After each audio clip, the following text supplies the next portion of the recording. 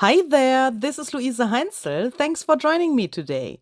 In this video, I would like to share the process of making the cover for this fluffy Halloween grunge journal, which I've created for the Tim Holtz Ideology Halloween 2023 release. I will walk you step by step through my process. Please be prepared that this could be a little bit chaotic, but I've tried to let you be as close to the reality as possible.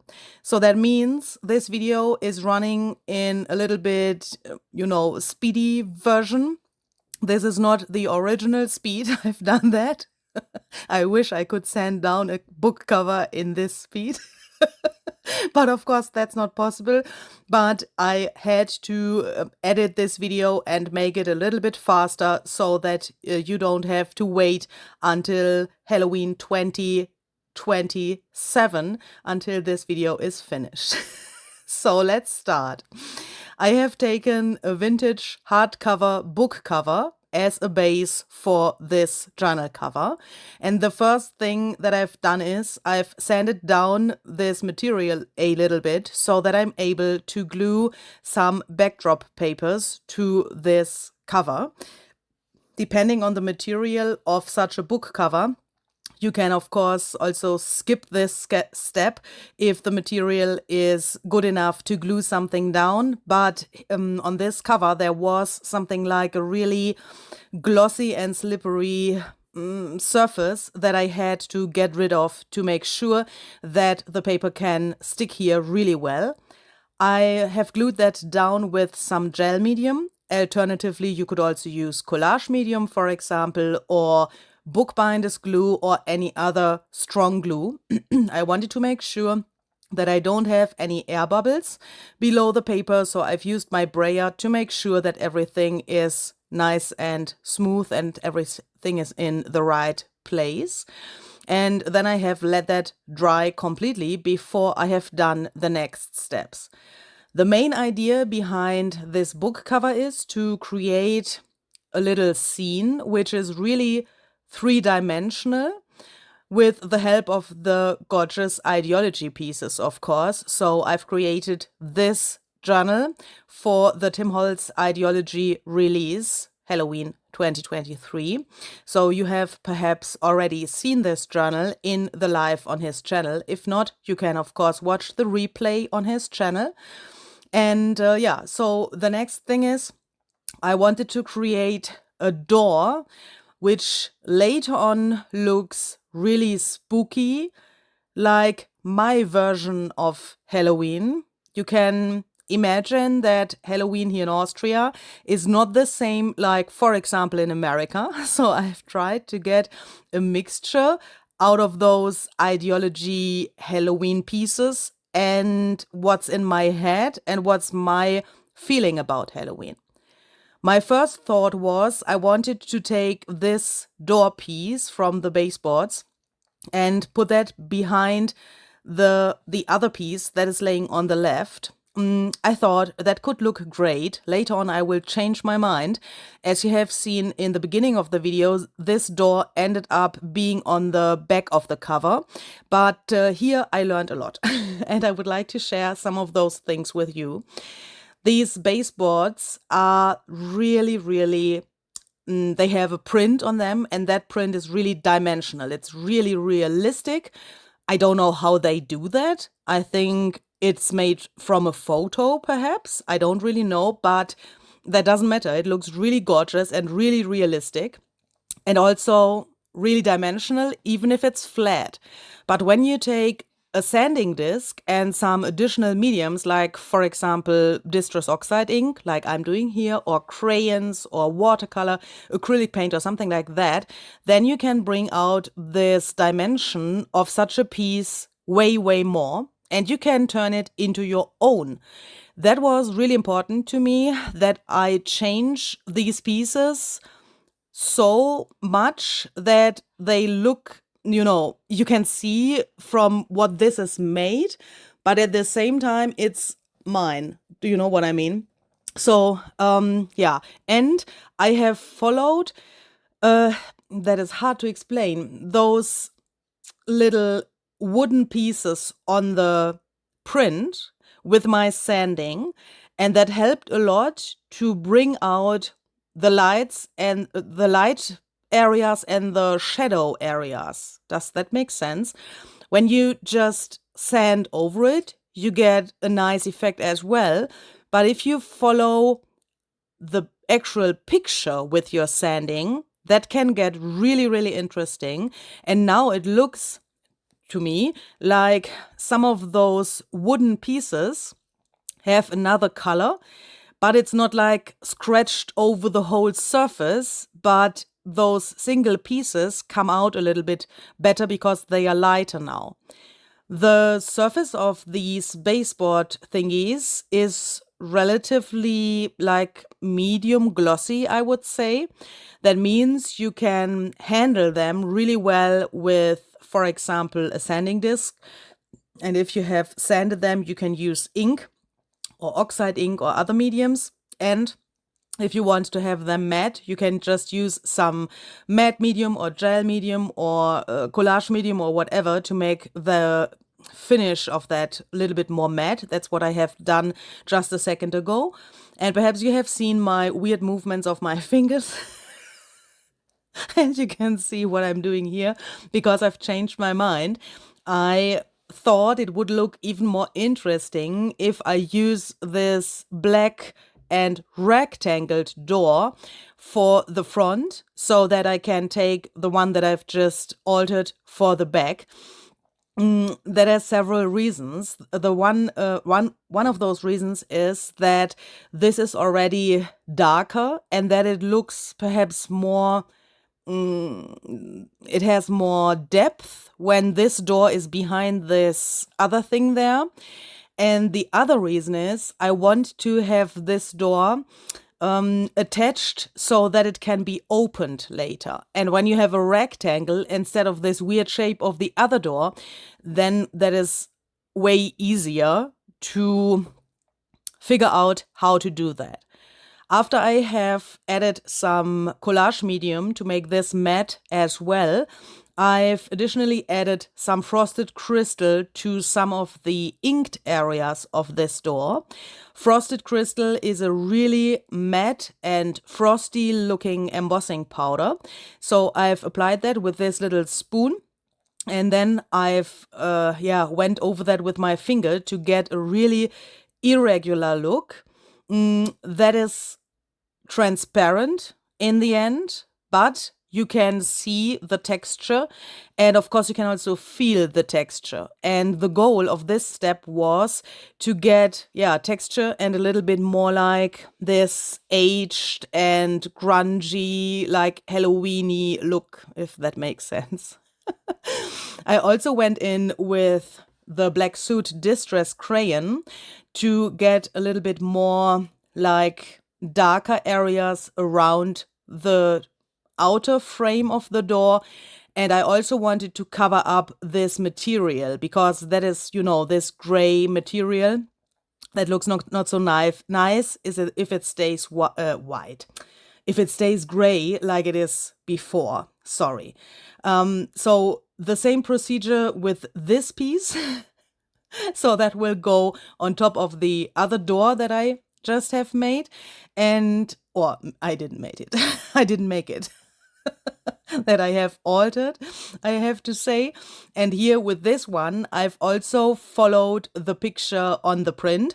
So I have chosen those areas that are, like already lighter on the print to sand them down. And then I have again taken some oxide ink and I've just applied that directly with my ink pad. It's really cool with this material. You can, that is so easy. Yeah? Even if the video is sped up here, in reality, it's also really, really easy and fast because those areas that you've sanded down are rough now and the ink is like grabbing to the material and the rest is a little bit slippery because it's glossy.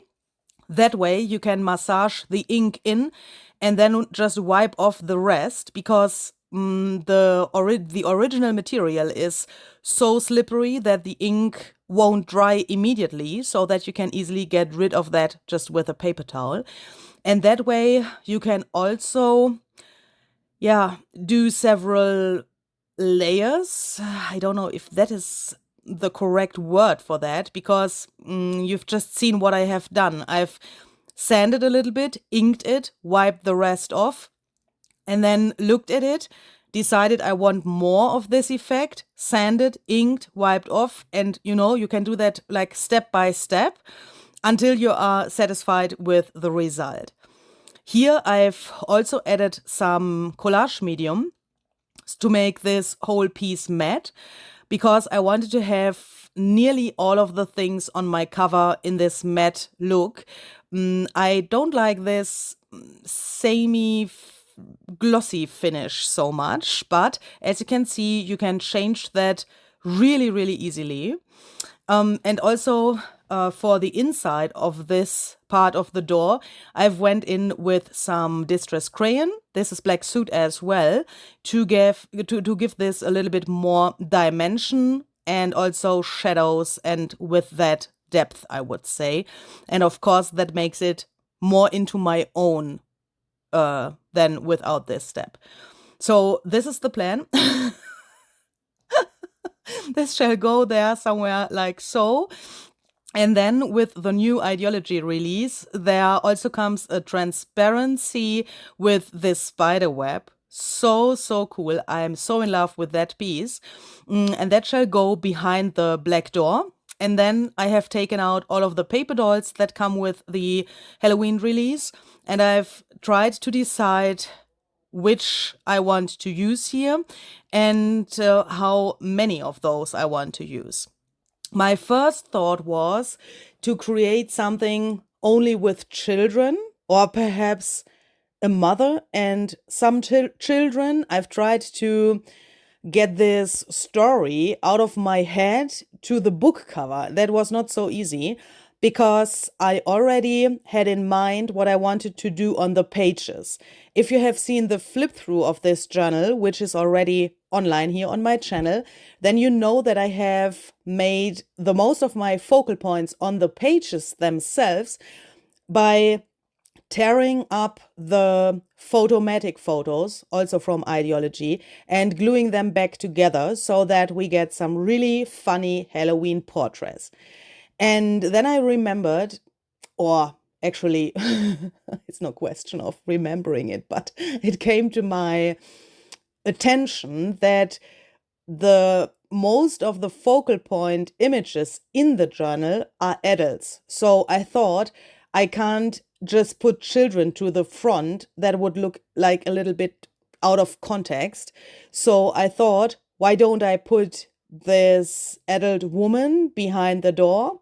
And then I have taken out this little boy. He is my absolutely favorite Ideology paper doll.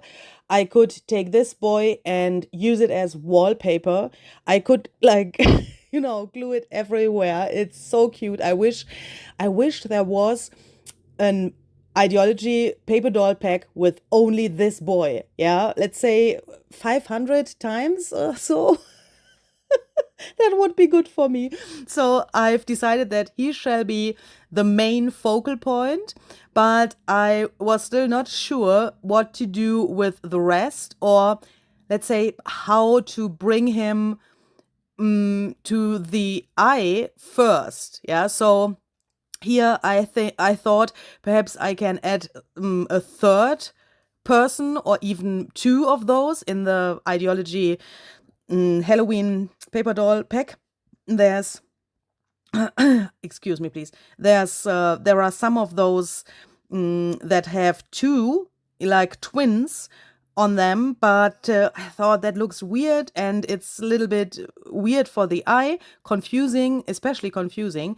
And then I came to the idea to add these butterfly wings. These come from those transparent layers. I think that's the name. I'm always changing up the names of these packs, but I think you know these butterflies. Those are not new. They don't come with the Halloween release. You can get them, you know, they have existed before Ideology Halloween came out, yeah. So, and I wanted to have these wings really big compared to the boy.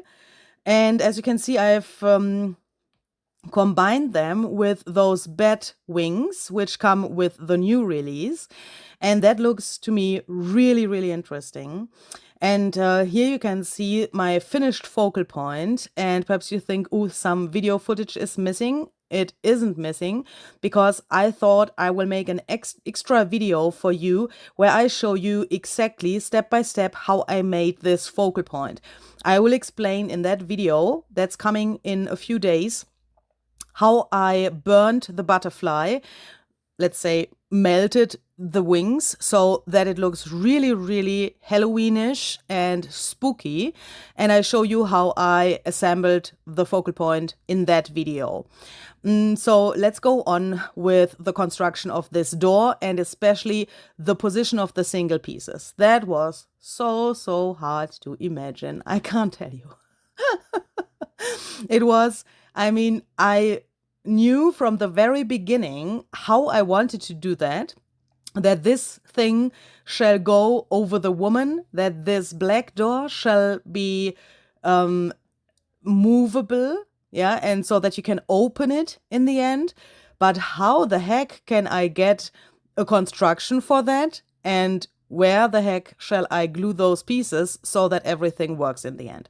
So I made a really great sketch. You can see that there on this white paper to be able to imagine how this could work.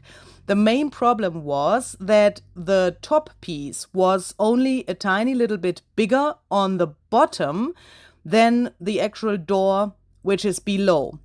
And that brought me some really, really like nearly headaches because I didn't know in the beginning how I could manage to make that sturdy on the bottom, because now I want to glue little frame around this thing like a U shape made out of really thick cardboard.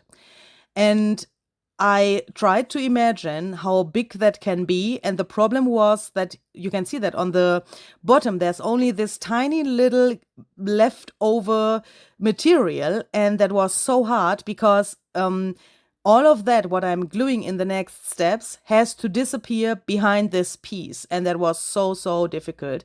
But that is also something that I've experienced with the ideology pieces. I mean, you can, I'm sure, experience that with other things, other craft supplies as well. But for me, and that's only my personal opinion, yeah, and my personal experience, for me with ideology, it's something special. There is something about ideology that makes you experience things that don't happen with other craft supplies, or, yeah, things that, you know, like those normal craft supplies. Do you know what I mean? It's something special. And this brought another proof that with junk journaling, paper crafting, crafting with ideology, everything is possible. Even if you have a problem, you can somehow solve that.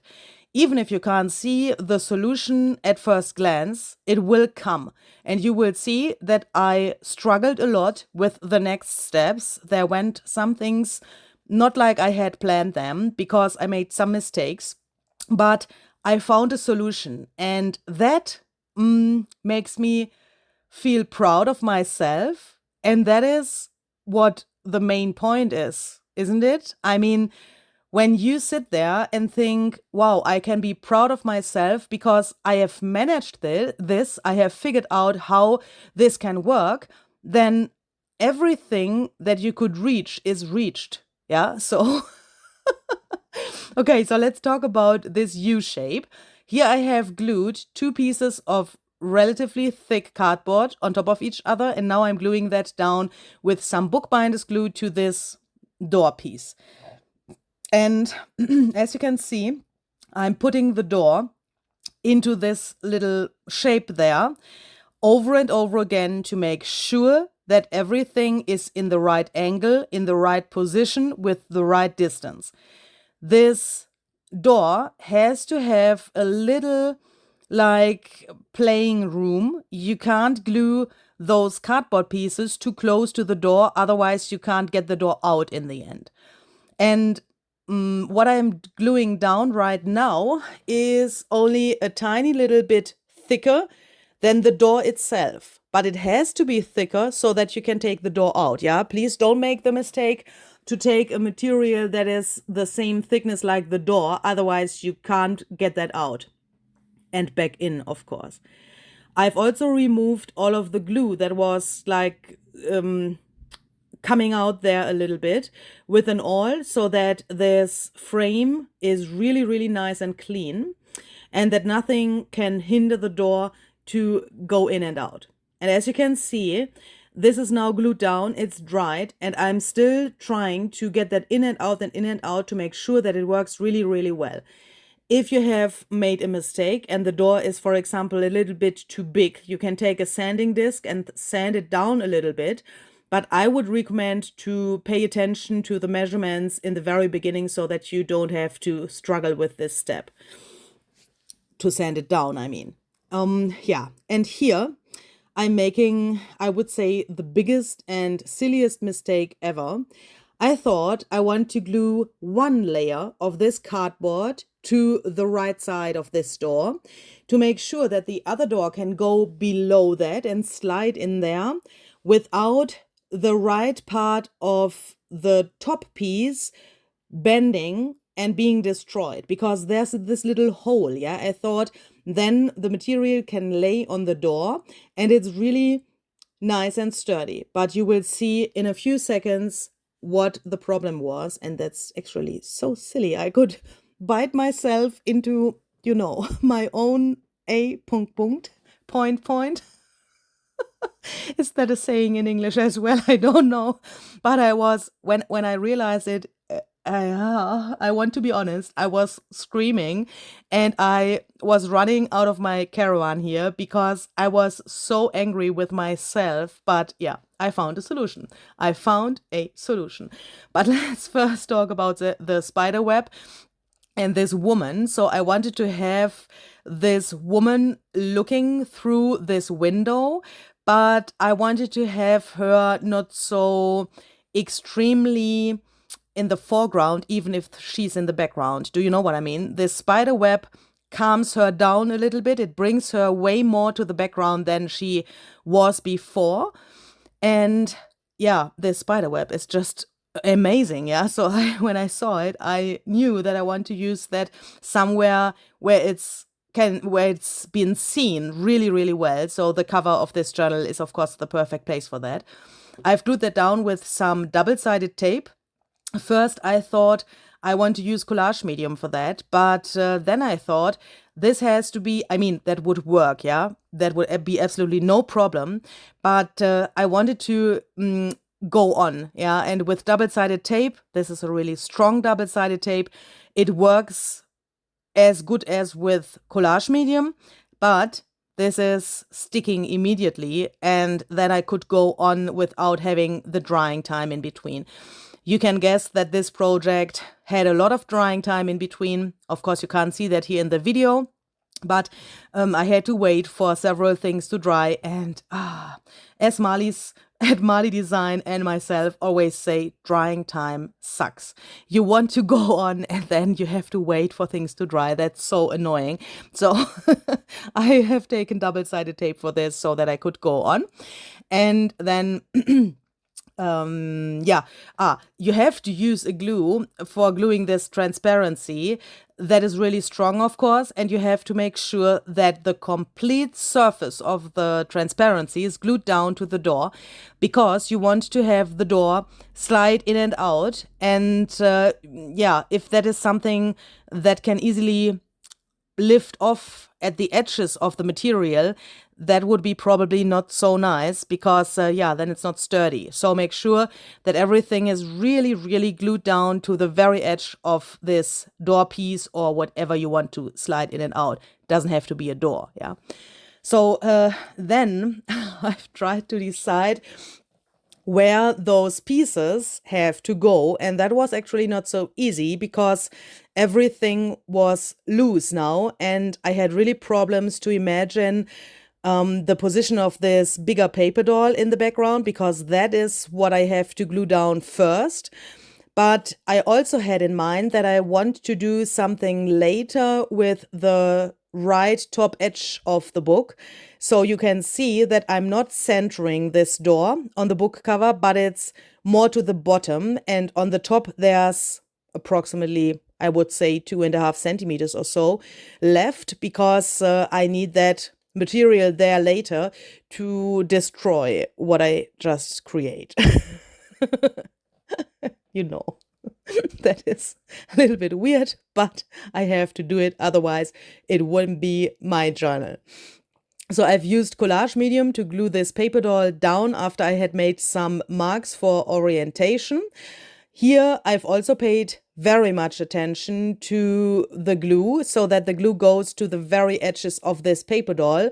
And I also went over that with my brayer to make sure that I don't have any air bubbles below the paper doll. Otherwise, you know, the door can't go in and out really nicely. So you have to make sure that everything is really, really flat glued down. As you can see, below the paper doll, there's a weird naked space. So let's take some ephemera and fill that up. I've tried to find some ephemera pieces from the ideology release. What a word. That are really neutral. First, I thought this black one could be good, but look, even if nothing is glued down yet, that looks weird. That looks a little bit like too dark, too massive, this has way too much attention. So I thought I want to go with something that is a little bit more neutral in the colors of the backdrop that I've glued to the book cover in the very beginning. And when I saw this, I thought, okay, that could work. Those ephemera pieces are only a tiny, tiny, tiny, tiny, tiny bit what is the word? Thinner, holy crap, than the paper doll is. Yeah, the paper doll is only a little bit thicker than this ephemera paper. And that is good because, you know, the door. You want the door to slide in and slide out really, really well.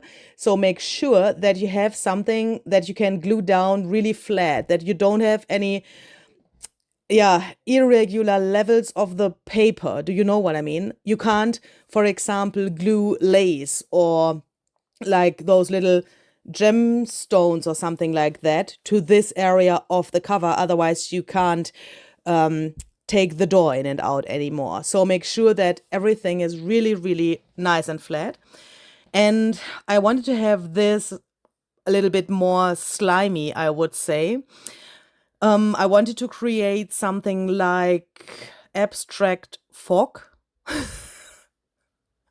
Hopefully that will make sense in a second. I've taken some distress paint mixed with water, and then I've splattered that around the face and also a little bit to the hair and the clothes of this woman. And I've dried that nearly completely, but only nearly, to be able to take a dry paper towel and lift the rest of the paint off. And then you get these really, really cool effects. And this, I mean, I was so proud. That looked so, so cool. I mean, if you do this technique, you can not control that so well. And when I saw it, I was so happy that it worked out just perfectly fine.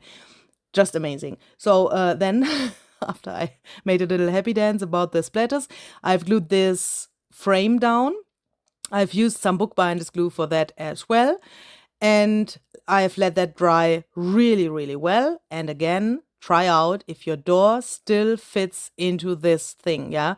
I'm saying that so often because imagine you glue this frame down and you clamp that down with some clamps. Then it can happen that the space in between of your frame and the cover is not big enough anymore because of the pressure of the clamps. So make sure that you try that out from time to time, and then you are on the safe side. And please make sure that you don't make this mistake that you can see here. It took me approximately 3 hours to solve this problem because, of course, I need something like a handle to get the door in and out from this little slot there. And when I glued this cardboard layer to that area, I haven't paid attention to the fact that I need a little space for the handle to go through. The space wasn't there. So I had to take several different tools. As you can see, scissors and all. I've tried sandpaper, and this is a nail file that worked relatively well so that I could get a little slot into the cardboard to make sure that this spoon, which you can see laying there, fits in there so that I could use that as a handle. By the way, the spoon is also from the Ideology collection. And, it was like I was frozen into this idea. Frozen sounds negative, but I mean that in a really positive way. I was so concentrated on this project and this problem that I knew it is only a question of time until I have this little hole in there so that the spoon can fit through there. And that's this thing about ideology. I don't know how I can explain that, but for me it's like I could bring to reality what's in my head, what's in my imagination on the one hand. You can see the materials. I mean, it works in two different ways, yeah? You could either see the materials and have ideas on what to create with them, and you can then bring to life what the idea was, or it also works the other way around. You have something in your head and you think, ooh, how could I realize this or that idea? How could I realize, for example, making a dimensional cover? And then you think, oh, with this ideology piece or with that ideology piece, that could work. And you can combine so many of those things and make something really outstanding and extraordinary.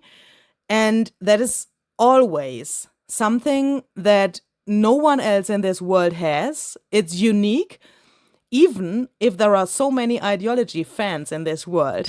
And that's for me always so fascinating. Also, when I see other creators working with ideology, I'm always so fascinated about what they do and what they create.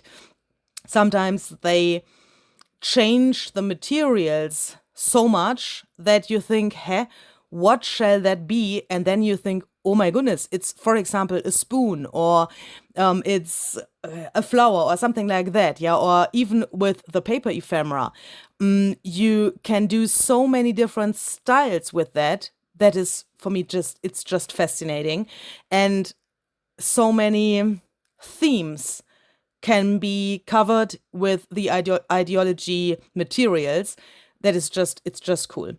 So after I had solved the problem with this little space there for the spoon, which I've attached with a brad and glue, of course. I mean, only with the brad it wouldn't work. I have also painted the edges there of this thing to give it a little bit more depth and more shadows.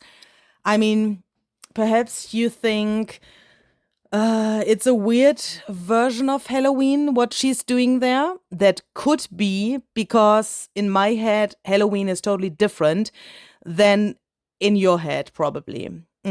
Because here in Austria, Halloween is not such a thing, yeah? That was also something that I realized during this process, that you can come into a theme that you are not so familiar with these ideology products. When you say, Louise, let's go shopping for Halloween, I will probably say to you, what? What shall we do? I don't want to go shopping for Halloween because I don't need anything for Halloween. I don't have decoration in my room or something like that. Perhaps there's a tiny pumpkin laying around somewhere, but that's all, yeah? So I don't decorate my room like other people perhaps do that. That has space reasons, but also, yeah, I'm not this Halloween person. And for this, I wanted to have exactly this mixture of my version of Halloween and what I can dream up with the ideology Halloween things that is perhaps a little bit typical Halloween. Do you know what I mean? That's so hard to explain for me. So, yeah. Perhaps that makes sense, perhaps not. If yes, I'm happy. If not, let's talk about why I destroy my book here. I wanted to have a really grungy style, and I wanted to, of course, include many of my techniques that I would do on, let's say, a normal junk journal. Yeah, this is for me not a normal junk journal. It has fabric pages. It has really bulky and fat collages that will come in later. You will not see that in this video, but in other videos and in the flip through, you've also already seen that. This is not a typical junk journal for me, yeah? But I wanted to include those things that I like always do, that are part of my style. And I also wanted to try out new things, of course. And I wanted to show that there isn't something that's a normal junk journal. There can be something that is a normal junk journal for you because you always do it like that. Yeah, imagine you always do exactly what I'm doing right here, right now, on every of your journals. Then that is normal to you. But if I had never done that, it can't be normal to me. Yeah. And I wanted to show that a junk journal can be everything. Yeah, you can glue down paper, you can sew paper together, but you can also build, for example, a really dimensional cover. And when you later on put this into your shelf, you first think, ooh, nice Halloween decoration. And you wouldn't see at first glance that it is a journal. Yeah, so it's a little bit like hidden, a little bit some kind of a secret that it has pages and that you can flip through it. So for this damaging here, I've used the Ideology texture hammer that was really helpful. It's only a small hammer, but it is so helpful. That is such a cool tool. Normally, I would have used my normal bigger hammer. You've seen that in my past videos as well. But that's, of course, a really giant and heavy thing that needs a lot of space in my craft room. So the texture hammer is the perfect tool for me. Thank you, Tim. That thing is just gorgeous. And I've used both sides, this flat side of the hammer and also this other side where you can, make this textured look. And that gave me this cool edge there. I've separated the layers of the material of this cover. And then I tried to get these bones, which also come from Ideology, through this material.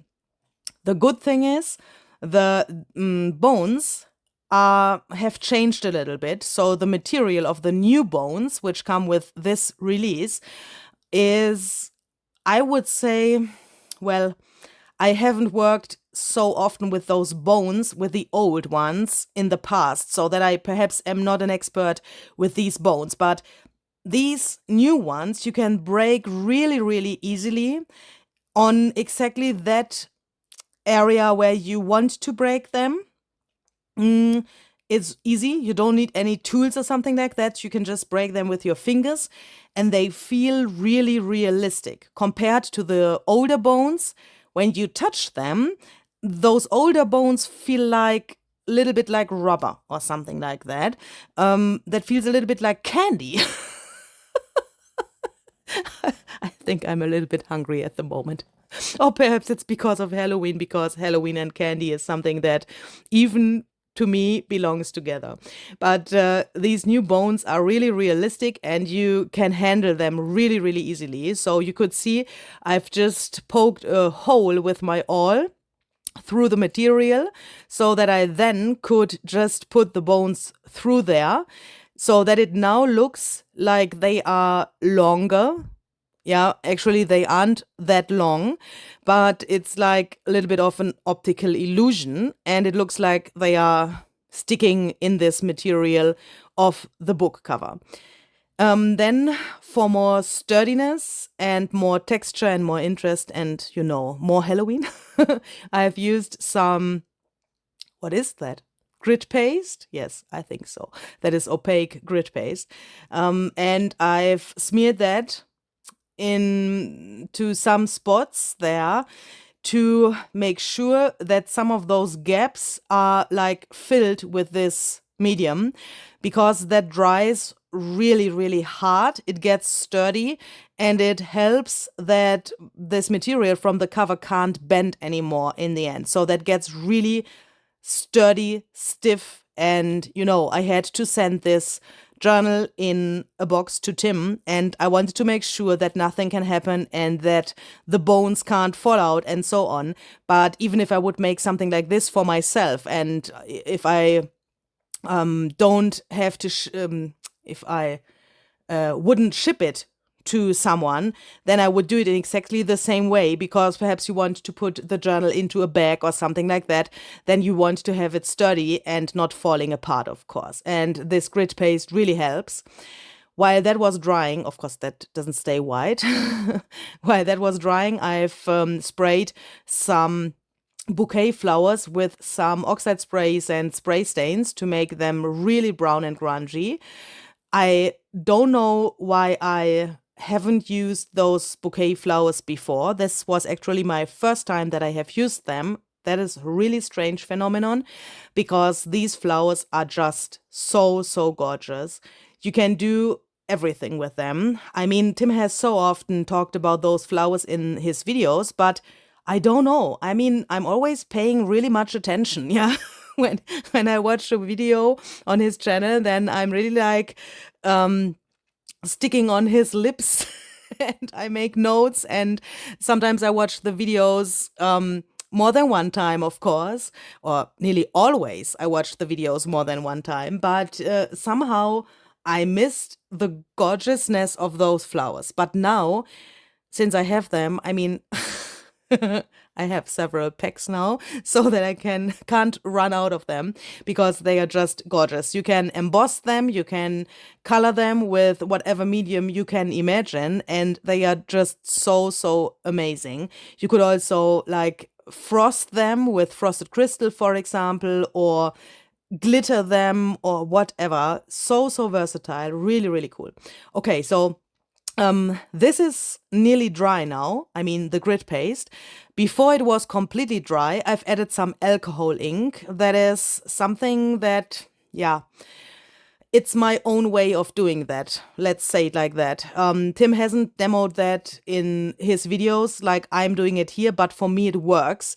And when I put alcohol ink to nearly dry grit paste, it gives me a really cool patina effect, as you can see there.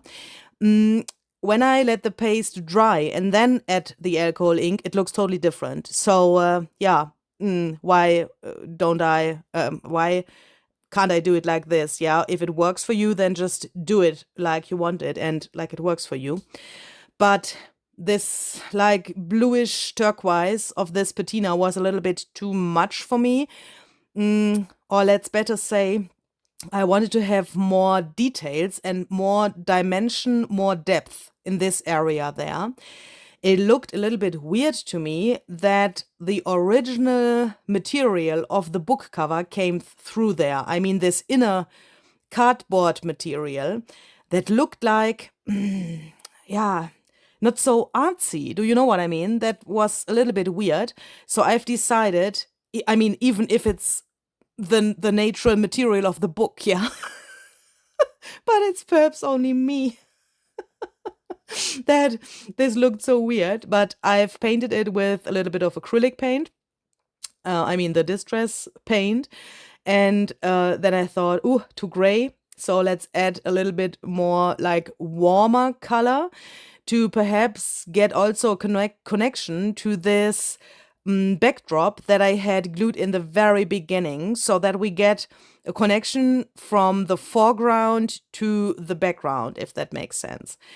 And sometimes when people say add more layers until you are satisfied, sometimes I have problems doing that, because it happened to me several different times that I have added too much of different mediums, and then it was like, can I say overworked? Is that a word in English? Hopefully.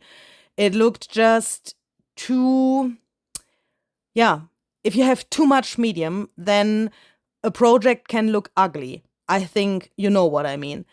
And that in my head, I was really a little bit afraid of doing what I'm doing here. But in the end, I thought, I'm so proud of myself that I have done it, because I got the most gorgeous texture ever here. I mean, you can say I don't like it.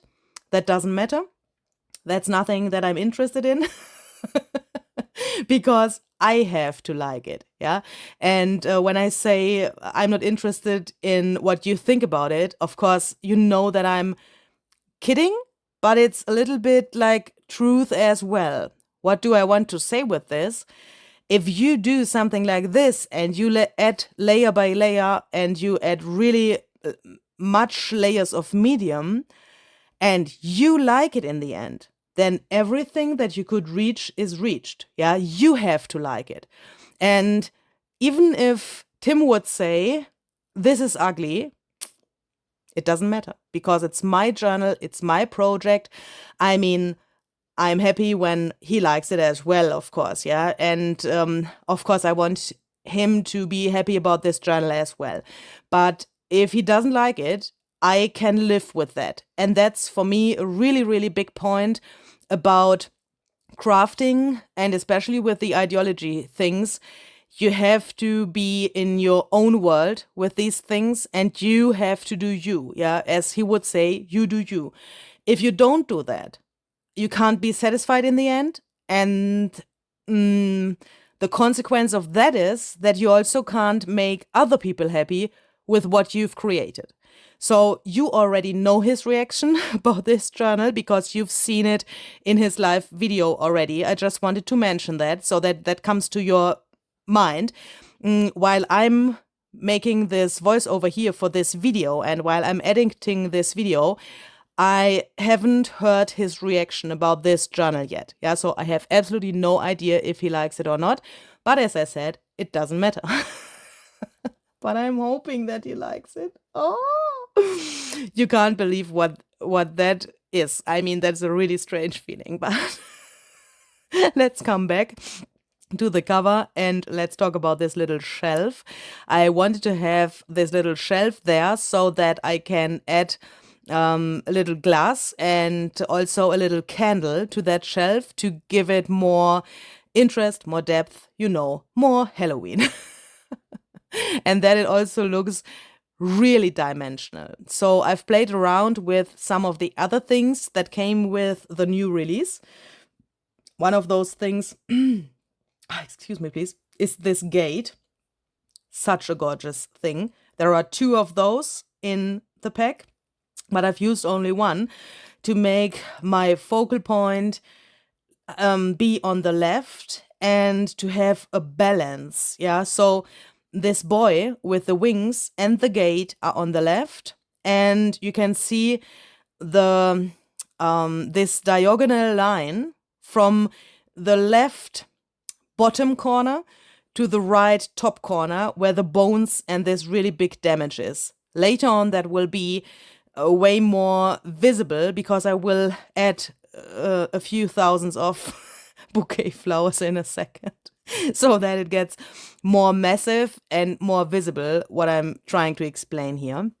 I've also added some mummy cloth and some leftover threads from the pages. In my last video, I've shown you how I have made the pages for this journal. And there, of course, have been a lot of those threads that I had from the fabric journals, which I've used to make the pages.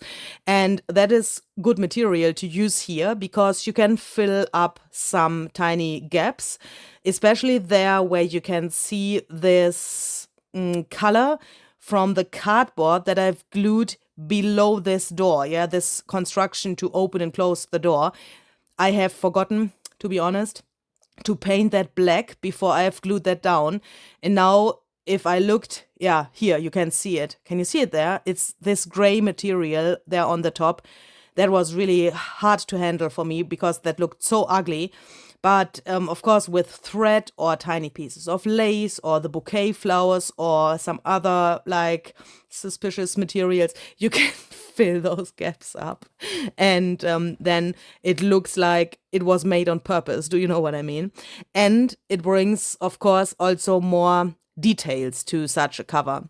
I think in this like end stage of this project, that was the most meditative process for me, or part of the process, because here I could like really let my mind run really, really wild. And not wild, also wild, but especially free.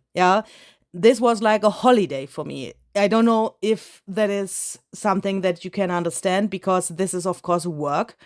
And when you create something that another person, especially Tim, will have in his hands later, then you can guess that I was a little bit nervous. And, it's a special situation and you pay attention to even more things than you do with a journal that you keep for yourself. But it was like a holiday at the same time. And when I look at it now and edit those videos, which is work, of course, it's just feeling like I watch my own holiday video. And that is just so cool. And that is, for me, one of the most important things that are so cool with those ideology pieces. And I'm hoping that you like this and that you can feel some of that as well for your own projects. You will see more of this journal in the future here on my channel, so stay tuned for that if you're interested in that. And have a very great and creative time. See you the next time. Bye bye.